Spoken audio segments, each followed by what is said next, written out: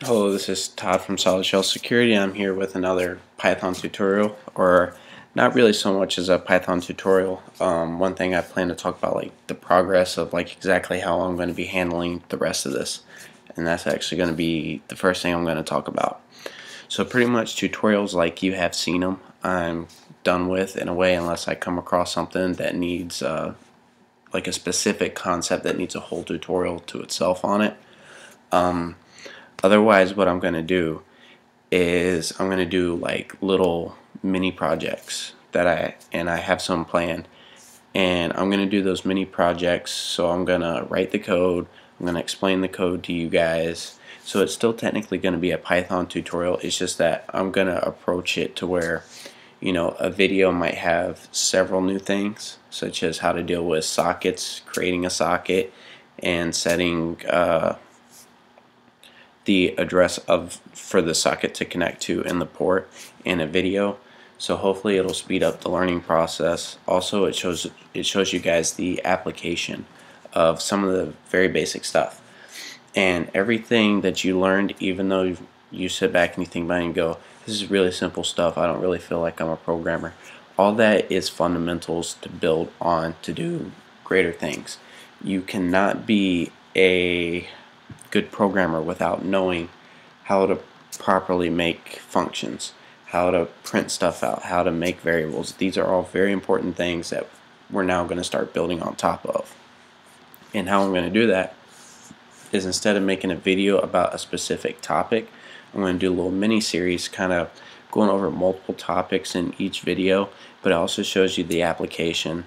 And not only that, but the hard part that I ran into about teaching Python is, I mean, I could go all day with teaching Python like many other people do on YouTube, but I really don't care for the way that they approach it, that like in every video you talk about one new concept for the most part, the main concept, and they have kind of like these little projects that they do that only last for about one video, and they're not really practical in a way, such as I can't think of any off the top of my head, because whenever I started learning Python, actually the first programming languages I learned or attempted to learn were C and Java, and I started by looking at YouTube videos.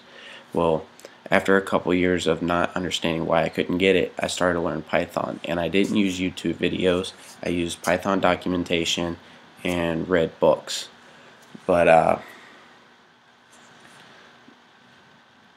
really want to show, you guys how to use Python practically, like real world examples. Now, these aren't going to be exactly ones, you know, the examples I'm going to be using in these mini series aren't going to be ones that are going to be good enough for you to take that code and go out and start a company with it, because there's a whole lot more that goes into stuff such as transport layer security, which eventually I would like to get into. But so we'll just see how it goes from there. Hopefully you guys like the way I plan to do it. So what I'm going to do is, about after this video, I'm going to take, I already have a playlist on YouTube that covers making a very simple HTTP and FTP server. I'm going to add that to this playlist. So it's going to be in both playlists. And that goes over a little bit about HTTP and sockets, but it really doesn't go in far depth as sockets as I would like it to. So getting off of me, going on like a 5-minute talk about that. Learning Python. To continue learning Python from here, and especially because the reason why I find it hard is because not everybody likes, like me, I enjoy network programming, using sockets, playing around with servers. Not everybody cares for that sort of thing. So what's the point in me teaching a library if you're not interested in it? I mean, it's still good to learn it, but there's no point in me teaching you libraries saying you have to learn these. So with these little series, you'll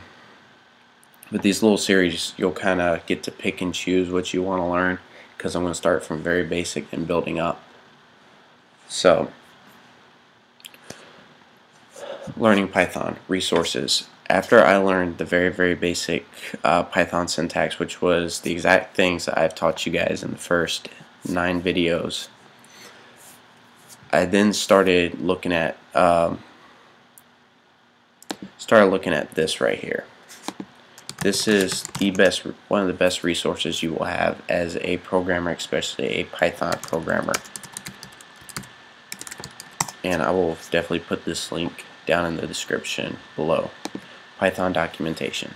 So whenever you install Python, as you may have already seen, and actually I'm going to show you now, except mine's going to be a little bit different because I've added modules into my Python. But if you type help here and you type modules, this is going to give a list of modules that are on your Python. Whenever you download Python, you automatically have certain modules such as pwd, pycompile, socket is one, getpass, getopt, httplib, htmllib, hotshot. These all already come with Python as is, like out of the box in a way. So how to use these libraries in very basic ways of using these libraries is shown here on the documentation. Since we use 2.7, we're going to come here and go to 2.7. And this is a wonderful little resource. I love it. Even, you know, I've done a lot with sockets, and still every now and then I have to refer to this because, you know, the more you learn, it's not like a language that you speak. There, you know, you're gonna occasionally forget something about the syntax, so you're gonna have to refer to it. Well, the Python documentation is great for things that already come with Python. So I pasted that in there. Yep. And let's say you don't want to go through and click around all the buttons on there. A good way of searching the Python documentation, let's say I want to look at sockets, because I love sockets.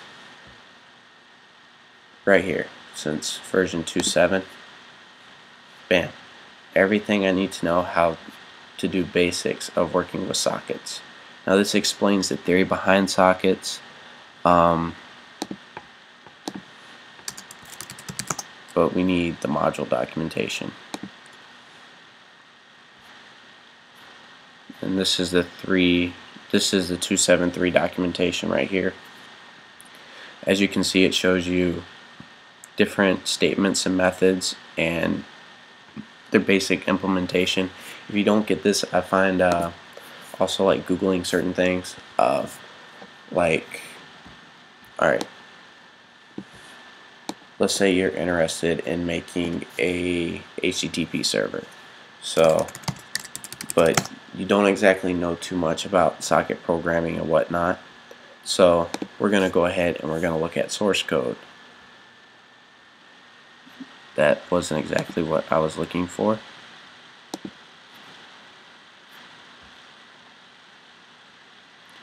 That wasn't either.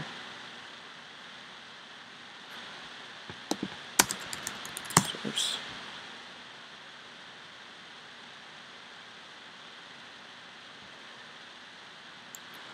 Let me find. Try this instead of an HTTP server, because I know this will pop up some good results. So let's say you want to make a port scanner. Well, here's a port scanner somebody already made. What I find the best way to learn, like if you're interested in doing sockets, which port scanning you would be working with sockets. If something interests you, like you want to make a movie maker or something, look up pieces of source code that people have already written, look at them, and then break them down. Like come through here and say, okay, we have this imported. He has a main statement. Now we're going to have a variable target and set it equal to raw, and it's going to ask the question, enter host to scan. Target IP equals the function get host by name, and also run these programs so that way you can see exactly what they're doing. That's in my opinion, that's the best way to learn. Not to have someone walk you necessarily hand by hand, but going through source code that somebody's already written and trying to break it down. But definitely the most important resource is the Python documents. But I will go ahead and tell you, and a lot of people it just slips their head. Your greatest resource is Google. If you want to know how to do something in Python, Google it. You will find where somebody's probably already asked the question. Like, for instance, whenever I started playing around with the chat server idea, which is going to be the next little mini series I do with the chat server, I looked up some things about I looked up concepts that would help me build a chat server. Even looked at a little bit more complex code than what I have now of a chat server, broke it down, and so now I'm starting from very basic and building my way up in my own way. But looking at code, reading other people's questions, these are the best things you can do to learn a language.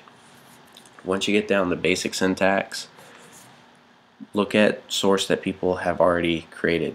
Another decent example, it sometimes is a decent example, it just depends. If you go to a website like IDE1.com or Pastebin, where people post their source codes, sometimes you see some really interesting source codes. And just kind of go through and look at people's source codes and see what they made and kind of break them down. I haven't been to Pastebin in forever. But that's my suggestion. You know, keep on watching my Python videos, because maybe I'll show something that gets you interested in what you want to learn. I can explain things, but also don't forget that the Python documentation and Google searching things are the best things you can do as far as learning programming. So I'm going to end that video here.